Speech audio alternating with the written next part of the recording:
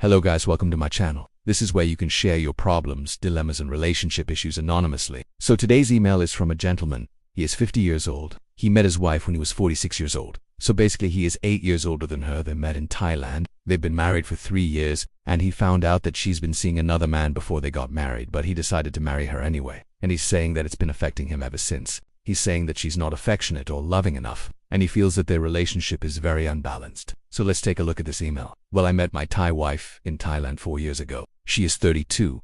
I am 50. We've been married 3 years. It's my second marriage. I have a daughter who is 23 living in England. My wife has 2 older sisters, 1 younger sister and a younger brother. Since we've been together, I have given my wife most of the things she has wanted financially, but now she is starting to find fault with me, and I am finding this a strain on our resources. The problem is she is expected to help her family back home, and this is where some of our money goes. My wife has cut down on giving out money, but she still wants to support her parents and her younger brother so they have a better life. Now, I do understand this, but surely there is a limit.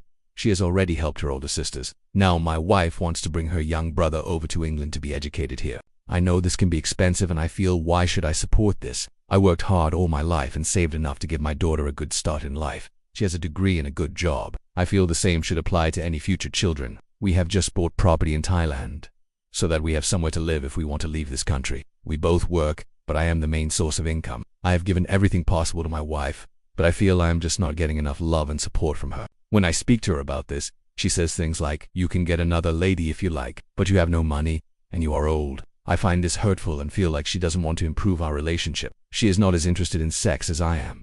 At first the sex was fine. We were able to experiment a bit, but she seems to want to control the relationship totally. She says I was controlling her, and it seems now she wants to control the relationship totally. I think she'd be happy with no sex, but I have said there is no marriage without sex. She is not very affectionate, doesn't like being touched a lot, unlike me. I have suggested that we could go to counseling, but I am not sure if she would actually go as she does and like to talk about personal problems with others. My wife also suffered with mild depression once, and I think it was about the daughter that she lost 4 years ago just before we met. She says she hasn't got anybody apart from me, so she wouldn't like to be alone. But Shaz talked about being with her deceased daughter. I can't have children naturally only by IVF because of a previous vasectomy and failed reversal. I feel I am not being treated fairly, as I think my wife can be very selfish. I really don't know whether this relationship is worth saving. I have already forgiven her once about an affair at work with a married man after 18 months of marriage. At the time I asked her why, and she said she had never had love throughout her life and wanted more. I am a very loving, caring and understanding person and feel I have given her all the love I can give, but that I am getting nothing in return. She has told me I am very good-hearted and I think she is sincere, but sometimes I feel a fool. Well, thank you for that email. Thank you for sharing this with us. You're going through a lot right now. And yes, sometimes in relationships, especially long-distance ones, you tend to find that one person gives a little bit more than the other. And in your case, it sounds like you've given quite a bit. So I do see where you're coming from. Also, you're already 50 years old, so you don't really have much time left to waste. You want to enjoy what you've got. You want to enjoy your life. You want to enjoy your remaining years. And when you're in a relationship where you're feeling unloved, it's very difficult to enjoy yourself. And also, when you spoke to your wife about this, she didn't take it on board. She didn't take this on board at all. She's basically told you to, go ahead and find someone else because you're really old, and she is implying that you won't be able to find anyone else. And of course, this is causing you a lot of pain. As you said, you've already forgiven her once. You gave her the benefit of the doubt.